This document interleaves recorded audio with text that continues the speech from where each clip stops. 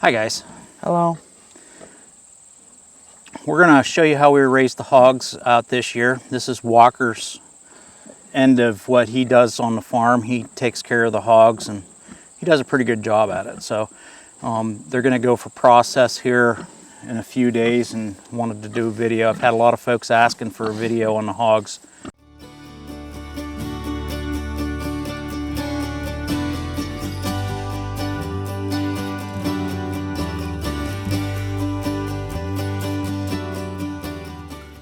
We don't have much time left to do it, so we're going to show you how we raised them, and they're raised out on pasture. Or at least what's left of it. Well, at least what's out left of it. Let's go in the pen here first, and Walker will kind of explain to you what's going on in here maybe, and then we'll come out and we'll talk about the pigs some more. Boy, they did put a hole there, didn't they, bud? Oh yeah, they love, and when the water, that's where the water dispenser was. Okay. They love the water dispenser. Yep. They got the ramp broke. Pigs are hard on stuff. Yeah, anything you put in with pigs will not last its full lifespan. Yeah. You want to explain to them here about the water and what we do for feed and stuff? Sure. The water, this is the water. If you, out here there's a arm that reaches out that with this hose that connects onto it, which connects to another hose on the other side of the fence. Okay. What hooks onto a hydrant? Yeah. Yep. The arms to keep the hose out of the pigs' mouths. Yeah. And then this runs down to the dispenser down there, which they love to make holes under. Yeah, the nipples. And it also hits and also connects to that one. Right. It comes under pressure into the bucket, into a valve, and the valve keeps a constant amount of water in here, and then that water flows out into nipples. See here, that's a water nipple, and if you put a pressurized hose on a nipple with pigs, you're going to have a mess. The nipple's going to break. Well, not only that, they'll just hold it in their mouth and spray and cause all kinds of problems. Yeah, like making a mess. Yep, like making a mess. Although they still do that regardless. Yeah. The feed, we just use, I'm not sure what kind of feeders these are called. They're just 2-hole pig feeders, I guess. This one here was completely rebuilt last year. Yeah, on the bottom. On the bottom. Yeah. You can see here, this is all stainless steel. I rebuilt it out of stainless steel. And we got another project that we're going to do here this winter. We're going to build one out of an IBC tote where we can put 1,500 pounds of feed in it. Yeah, and hopefully I don't have to put it in every 2 or 3 days. Right. And then, see, he's got feed in there. Basically, This is a pig pen on wheels. It's basically nothing more than a hay wagon with, on the insides we put stuff on the inside to keep them from breaking and falling it down. Yep.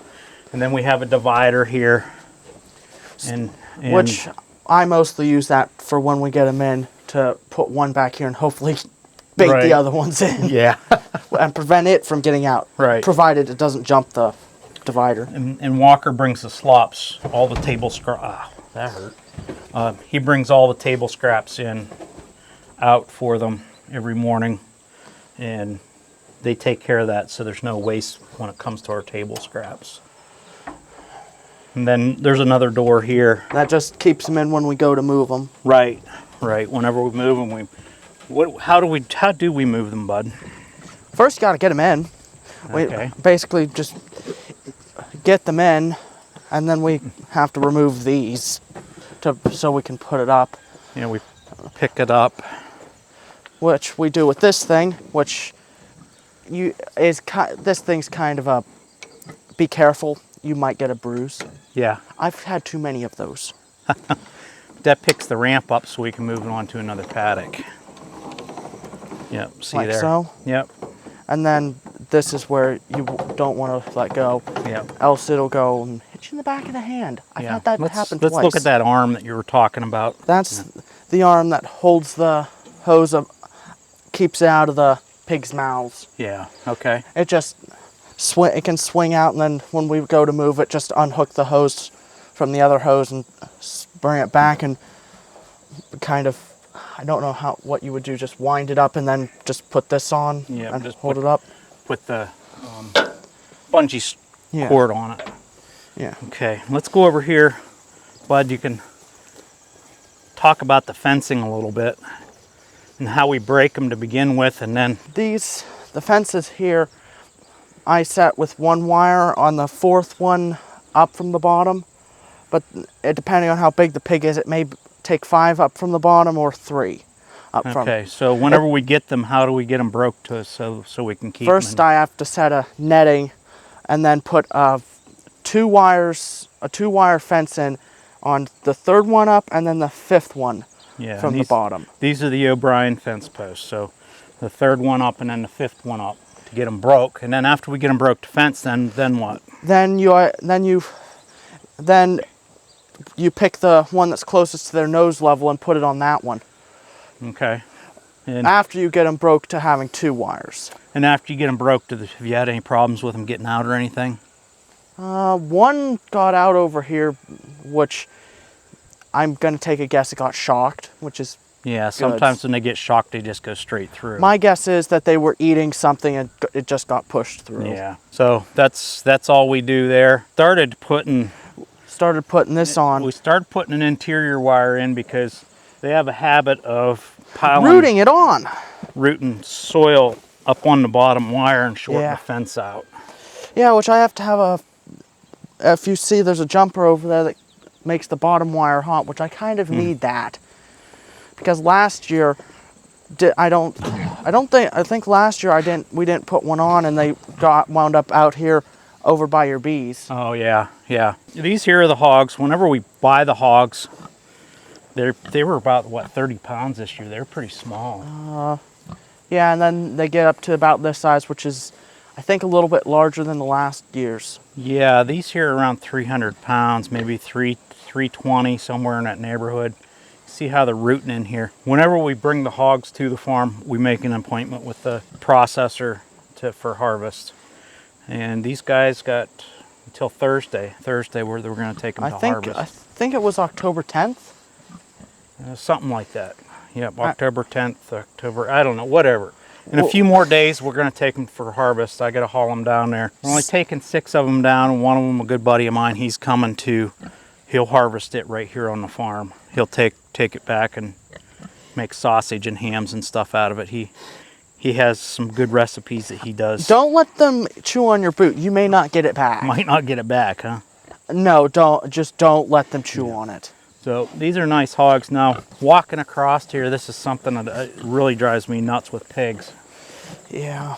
Is the way they root things up. Yeah. When they're little, they're not so bad, but the bigger they get. If I remember correctly, not a day in here, and up here was like, it was already like a quarter of what it is now from over there, up there. Yeah, not even a day they were in here, and they started rolling the sods up like it was turf grass. So we've just kind of parked them here. They've been here, what, about a week, Bud? They haven't been in this spot for a week. Yeah, so you can see how bad they really tore things up, piled up and stuff. We're going to take an old bed spring, hook it behind a side-by-side, and Walker's going to come out here and drag it, and then he'll go ahead and put rye and clover and stuff back in to get it seeded back in so we stabilize this soil. Something I don't like, but it's something that pigs are going to do regardless. To me, it's necessary because I don't want to raise our hogs in a confined setup. I think they do better outside. It's better for them. I mean, it's not better for the soil. And maybe in some instances, this is good for the soil. And on the aspect of maybe taking horse nettle out, because horse nettle gets like a little tubular on them, and they'll root those horse nettles out to get that tubular. Maybe it's not such a bad thing. But most generally, whenever they root this up like this, it really starts growing really good the following year. So, maybe it's good, maybe it's not. Yeah, that one there's got a little, look at the side there. He's got a, I wonder what happened. I have no idea. Just a birth defect, I guess. Either that or one of them just decided to lay on their side for too long. And to let you guys know, we're going to start farrowing hogs here on the farm again. We're going to have red wattles, and then Mushan. I'll get the pronunciation correct of it here at some time. Mushan red wattle crosses. So we'll have 3/4 red wattles and purebred red wattle hogs. We got 5 gilts coming and a boar. So we're going to have quite a few little piggies. If that's something we should be farrowing next year, I would say. I don't know for sure when those gilts will breed, but we're going to start, like I said, farrowing our own hogs here on the farm. There's a lot of new and exciting things going. Walker does such a good job, you know, why shouldn't we farrow our own hogs on the farm? You know, these hogs are some pretty nice looking hogs. He did an excellent job. And these here are what they call blue butts. You can see here they got a blue patch on their butt. Well, most of them at least. Most of them have a blue patch. And, well, I guess if you include only 2 of them, 4 of them having one. And the blue butts, the reason they call them blue butts is they got that patch, and then what they are is the sow is a Yorkshire, and then the boar is a Hampshire, and that causes and we're getting away from those more modern breeds of hogs. We're going back more to the heritage breeds of hogs to start raising here on the farm. Anyhow, that's how. You got anything else you want to add, bud? Any tips or tricks to feeding hogs or moving them or anything like that? One thing, you want them to stay outside as much as possible, because if you saw in there, it was mostly dry, and I haven't cleaned it out once this year. Yeah, he hasn't cleaned that out in 6 months, so if they can have access to the outside, what are you saying? They go outside to go to the bathroom? Well, last year I had to clean that out several times. You want them to stay outside. Yeah, we got them so they... The only problem with them staying outside is you can't get them back in to move them. Yeah, we got to take wires and take a hot wire and force them up in there. And that only works half the time. And half the time, yeah. It depends on whether or not they run through it. Yeah. Hopefully you enjoyed the video. If you did, please subscribe, like, comment, share with a friend. Hit that notification bell. And down in the bottom, there's a button that says thanks, and it has a heart on it. You can tip us if you'd like. And we'll see you on the next video. Have a great day. Bye.